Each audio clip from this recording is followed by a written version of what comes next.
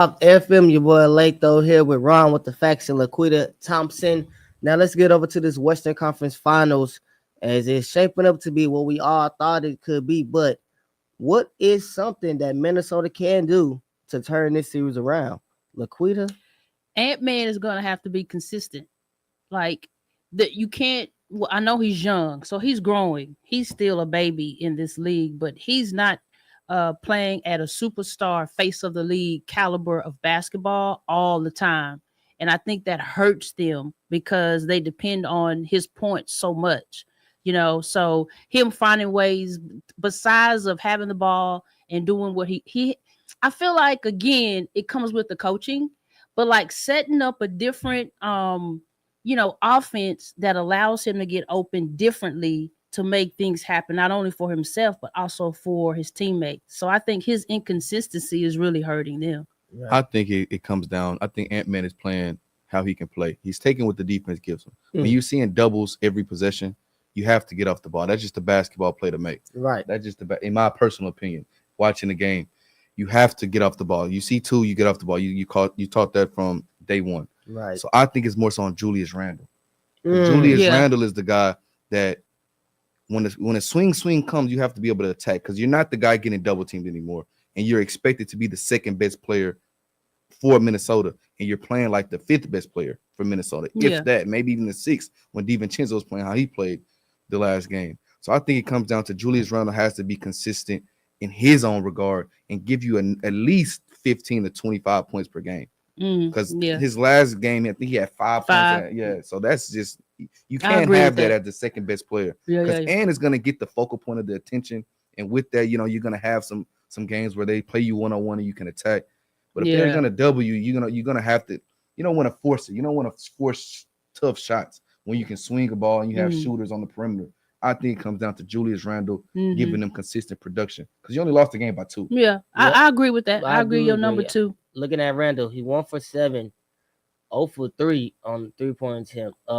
Most of his points came from the free throw line. 3 for 4, 7 rebounds, 3 assists, 1 steal, 5 turnovers, -2 efficiency. Yeah, I agree. Your number 2, and Gobert has to show up also. I don't think he has showed up like he could, especially. Which way you want him to show up? I think which way you want him to show up? I mean, like the last game, he had 13. He had, and the thing about it, his plus minus on the team, I think he was one of the only people who had a positive defensively. Two. His plus minus was 2 people on a Gobert with 4, and Nickeil Alexander-Walker with 6. See, defensively. No, this is just overall the game. his plus minus. But plus minus was 4. Right. You're speaking. No, I know what Lquita is saying. He's speaking on the defensive side of the ball. I think this is a bad matchup for Gobert. It is. You can't because Hardenstein he's not an offensive threat. So once you come over to help and rotate, Hardenstein feasts on that because there's no body-to-body contact. And he's gonna feast on the offensive glass. Yeah. And then if you throw him on Shed's gonna splash him from the 3-point line. You're gonna give him space because he can't get out there, and Shed's shifting. Yeah, I mean, I get it. I'm just saying, like, it would help. That move he did with the dunk. Yeah, he did. We forget what we saw with Chet.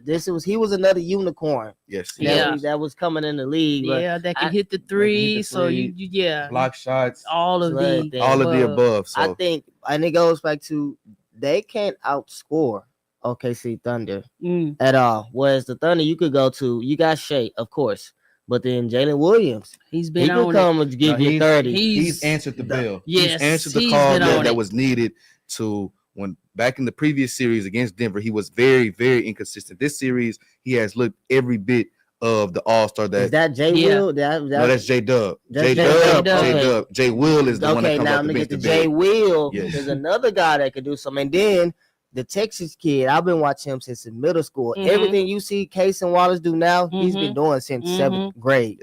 To be honest with you, he's he's deep. That score. Kenrich Williams is another underrated product on that team. Caruso, Isaiah Joe. Caruso is the guy for me right now. The Texas native, another one. I mean, like I said last week, I was watching Caruso dunk highlights on YouTube. That's how good he is. And that's the thing. When you throw those guys, that's a consistent 4, 5, 6 guards who can score, and but our defense. our defense first defend. guys. So it's like once you have that In the mix, shielding your defense, no, it's because it's hard. like you can't any pick and roll and you get double. You got guards that great hands that can swipe at the ball. So you have to get off of. You don't want to dribble too much. But that's what I And double mean. team with And those everybody guys. can Like, you shoot. know how they play. So setting up things to give Edwards different looks, to give Ant-Man different looks, not just the same. Yeah, he's doing what he can do with what's given to him, but also setting up different ways for him to get open, moving without the ball more, doing different things while he's off the ball. Think You know what I mean? Game 3, I think head coach for the OKC, Daigneault, I think he's very underrated coach. I think after he wins this championship, he'll get all of his flowers. But how he's focusing his defense is y'all gonna have to beat us. My last point, then we go WNBA. Anthony Edwards is not gonna beat us. I think that's his recipe, Yeah. and I think he's gonna die by that. And if Yeah. y'all beat us, we'll live with that. Yeah. But we're not gonna let Ant-Man beat Yeah. us. And that's smart. I like that straight because he's been on the Shoot, trend the last yeah. 2 years. He tried to Yeah. play straight up in game 3 to see how it goes. Right. It didn't And work it out. didn't work work. out. It didn't work. He That's said, good. I'm back to it. Back. That'll Yeah. work. Anybody but you. He said, I forgot. There's another shade in the league that's scored too. For sure. Anybody but you. Anybody but you. But on to the WNBA. Ron, Yeah. this is a topic you've been excited to talk about, but right now your heart is broken Yes, it in is. pieces. Yes, it is. Some of the probably the worst news in sports you could get. CC is hurt and will be out for a week. How does this affect 2 weeks. 2 weeks? How does this affect her team? I think because of the offseason acquisitions that they made, they'll be able to withstand the storm better. Like if last year, if that's what happened, I think they would have went over. I think actually tonight they'll win this game tonight. Okay. I think they'll for sure win this game tonight. Actually, foreshadowing my bet that I think I'm gonna take them. I think I'm gonna take them to win this game and cover the spread. They play the Mystics tonight. I think the spread is like 4.5. I'm gonna take 4. Actually, it's just dropped. I'm gonna take them first half. I'm gonna take them first half to win this game, and I want the others to kind of fill that void. I don't really fear the Mystics all that much. I think they can actually get this game and win it with the DeWanna Bonners, the Natasha Howards of the world, the Kelsey Mitchells of the world. And I need AB to step up. She's the number 1 pick. Okay. And she needs to play like a number 1 pick. Last 2 times they faced off, the Mystics won. Exactly. Last season. Exactly. So I think their next 4 opponents aren't like that strong where it'll be an issue. What will help the team though? I think these are points that's going to help the team. One is going to give Bonner an opportunity to play and to really get herself settled in to being with this new roster and getting the points that she's used to getting. I think also it's going to give the team an opportunity to see who else can handle the ball. Coach says she's going to start Sid Colson as the PG, which, that's still momentum. That's still defense. It's not a match in points, but she brings a lot of experience to the court. Lexi Hall and Sophie are both going to probably be able to they're going to get some points in to kind of, so it's going to give them a chance to kind of see what other components they have.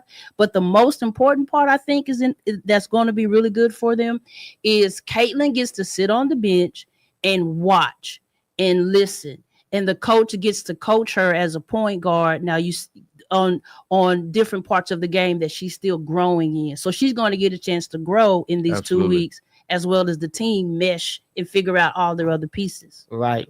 And before we wrap up, just a little point here. The Mystics got a chance for those young girls to over there and prove themselves and get against a good Indiana Fever team without Caitlin Clark. And everything. Yeah. So, but Brittany Sykes is averaging 22 points per game this season for the Mystics. And Kiki, do you love me? Kiki is killing it. She's the second leading rebounder in the league right now. She's killing it right now. It's Angel Reese, then it's Kiki. Right, and averaging 13.8 points per game. She's averaging a double-double this year, season, rookie season already. Yeah, she's doing good. I do want to shout out AB. She's averaging 19 and 11. So I think she got that technical foul.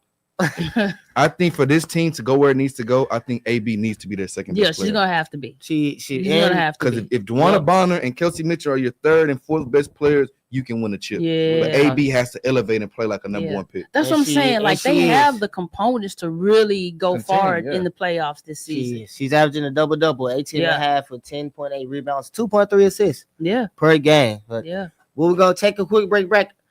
I will need to get a water break, time out, because we're gonna have some major discussions coming up. Give me a 30. Give you a 30, coach. Give me a 30. 30. Hey, keep standing. Don't let your players sit, coach. Don't let your players sit. We'll be right back on Amazing 102.5 FM Sidelines.